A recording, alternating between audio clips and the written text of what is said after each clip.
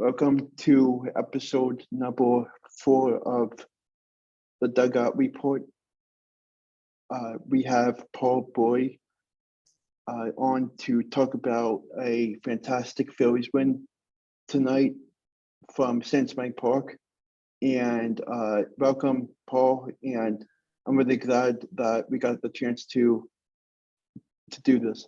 Yeah, Alex, thanks so much for having me on, man. This is some pretty great timing, being able to talk after a game like tonight, man. That was something else. Yeah. What were your thoughts on how it played out? Well, I'll tell you what. It's immediately obvious how different this year is from even last year or 2 years ago, because even as they got down 3 after the first inning and the Mets added a tack-on run, and you're like, okay, the bats are looking a little bit asleep. The lineup is so much better this year that in the back of your mind, you kind of know that they're still never out of it. Even if they're down 4 runs, you know that the guys they have in this lineup can do basically what they did tonight. And they showed it. They proved it right away. And I think that's something that, while maybe it won't happen every time they're down by 4 runs, it's going to happen a lot more this year, I think. Mm-hmm. I really like the addition of Kyle Schwarber and Castellanos, and I think that adding them, they can make a huge difference, like what they've been doing ever since opening day started. And I think that moving forward, they are going to be a big piece to this ball club, and I'm really excited to see what the outcome is. I agree with you, man. Those are 2 really, really good hitters. I mean, Schwarber homered in his first at bat, obviously, and then looked a little uncomfortable for the last couple of games. But he's a guy who is really just never out of an at bat because he can work at bat, sort of like Reese does, except from the left-hand side. He's somebody who will be competitive, won't swing himself out of too many at bats. You understand, even though he's not the fastest guy, that because he has these deep at bats and because he works counts, because he can draw some walks, that he really makes some kind of sense for the top of the order. And then hopefully he's on base and the guys just behind him are ahead on base for somebody like Castellanos, wherever you bat him, whether it's 3rd, 4th, 5th, depending on who's in the lineup on a given night, for him to come up. And he didn't exactly replicate his towering home run from the Oakland series, but he poked a little broken bat single the other way. He's another guy who, covers the plate. He'll stay in at bats. This is, despite their defensive misgivings, which was also on display tonight, this is an incredibly deep lineup. And they are maybe not 1 through 9 incredibly deep, but at least 1 through 6 or 7. And that's going to make for a long night for a lot of pitching staffs, no matter what. Mm-hmm. What were your thoughts on how Alec Baum played defensively tonight? And do you see him playing much better down the road throughout the series tomorrow and Wednesday? Alex, this is a tough one, man. This one hurts a little bit because I like Alec Baum, at least what I've seen of him, and I want him to succeed. I want him to find comfort in the field. I want him to be a capable third baseman. He won't be Scott Rowland over there, but we don't need him to be. And it's pretty clear that, at least to start this year, he hasn't taken his struggles in the field with him to the plate. I don't think he's made an out yet, which is incredible. But the defense is a problem right now. I won't say he's got the yips, but he does not look great. He recovered to help start a nice double play later in the game after committing those 3 errors, but 3 errors is bad, man. Especially when they directly lead to runs. He may always be a work in progress, and I don't know if he'll get to that point where he's a capable third baseman. I really don't. I know he'll work at it, and I trust when people report and tell us that he is working at it. But it's really going to be tough for him to hold on to that job if he can't play it capably. He's going to lose time to Camargo.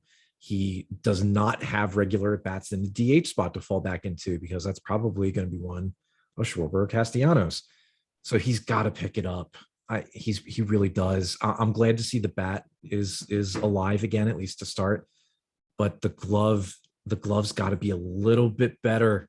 He's got to prove that he can stick in a lineup defensively, because he'll need to bat 1,000 for the year if he keeps playing defense like he did tonight. And another thing is, what do you think that Gene Segura is going to ramp up his batting average later this month or throughout the season, because he's been kind of in the slump? Yeah, he's gotten off to a little bit of a slow start, but he did have a hit tonight. He's looked, I think he's looked all right at the plate, honestly. He does have that home run from the Oakland series. I think he's looking okay. I'm really not too worried about Segura, and I think he'll find a lot of reps higher up in the order. I wouldn't be surprised to see him swap with Gregorius at some point, probably fairly soon. Maybe get some time either leading off or batting second.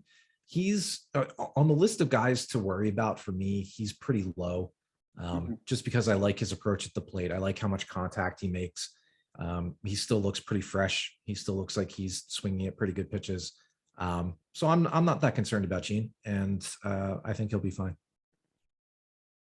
So looking for the rest of the series against the Mets, what are your expectations of the Phillies winning the series? Well, I'll tell you what. It seems like every single time the Phillies and Mets match up, something strange happens, and we got a couple of doses of that tonight with Bohm forgetting how to play defense, and then the Phillies rallying in the 8th inning to just kind of steal and win away. I think it'll be really interesting to see how Zach Wheeler looks tomorrow, going against the Mets opening day starter Tyler McGill. I know he's not fully ramped up yet. He'll probably go, I would guess, for about the same number of pitches that Ranger Suarez went for tonight, which I guess is, what was that, like 60 to 70, somewhere around there. So you hope he can give you a few good innings out of that, but you're going to need another long man behind him. And I think they're pegging Christopher Sanchez for that role, at least as things stand right now. They're going to, it's like most things, right? They're going to have to out hit the pitching. Even Zach Wheeler, as good as he is, he'll only give you a few innings tomorrow. And Christopher Sanchez he's fine in what little we've seen of him, but the Phillies are going to need to score a few runs. And it would be nice if they didn't leave their rally until, the very end of the game for once, just nitpicking a little bit. But when Wheeler's taking the first few innings of the game, you have to like your chances of at least staying in it early on. And then in the finale, you have really a marquee matchup with Scherzer against Nola. And I think that's going to be a really fun one to watch before the Phillies take off from Miami. Runs are obviously going to be at a premium against Max Scherzer because, he's a future Hall of Famer. He's Max freaking Scherzer. So I think if the Phillies can win tomorrow and secure a series win before having to face Scherzer, that would really be nice and not have to rely on a rubber match. Just because even with Nola on the mound, as good as Nola looked for most of his first start, that's one the Mets would probably be favored in. So you want to take the series tomorrow if you can, and having to do that with Wheeler on the mound for the first few innings is a good way to do that. So looking ahead, what are your thoughts on the Miami series? Miami's a good team this year. I know they've been a pain in the Phillies' butts for a couple of years with teams that haven't actually been all that great on the whole, like throughout a full season. But they've assembled a nice looking team so far this year. They've made moves in adding, Jorge Soler and Avisel Garcia. They made a couple of trades to pick up some bullpen arms. They have perpetual Phillies killers in Miguel Rojas and Brian Anderson. Jazz Chisholm is a lot of fun. I like watching him play. They have a lot of really nice players, and their pitching is always sneaky good. Trevor Rogers now is emerging as another one of their top line guys. Sandy Alcantara got a new contract. Pablo Lopez has always been, quietly effective. They're a good team. I don't know if they're a division title contender, but they're an above 500 team for sure, and probably a team that could challenge for about 85 wins. So the Phils, again, not that they've done that before, but they can't take them lightly. If they take this team lightly, they're really going to get their butts handed to them, as opposed to just being surprised and losing some squeakers. It's not going to be easy playing the Marlins this year. So we'll have to see how things play out. It's again, going to be a pivotal set of games, but they're not going to be walkovers. And the Phillies probably shouldn't be considered easy favorites. They're going to have to win they're going to have to earn their series wins here. Yeah, it's definitely going to be a very entertaining series, and let's hope that the Phillies can get another W tomorrow. That will be huge for them. And thank you so much for coming on. Absolutely. Alex, thanks so much for having me, man. I really appreciate it. This definitely won't be the last time you'll be on. Oh, thanks, man. No, that's good to hear. Yep. Thank you so much.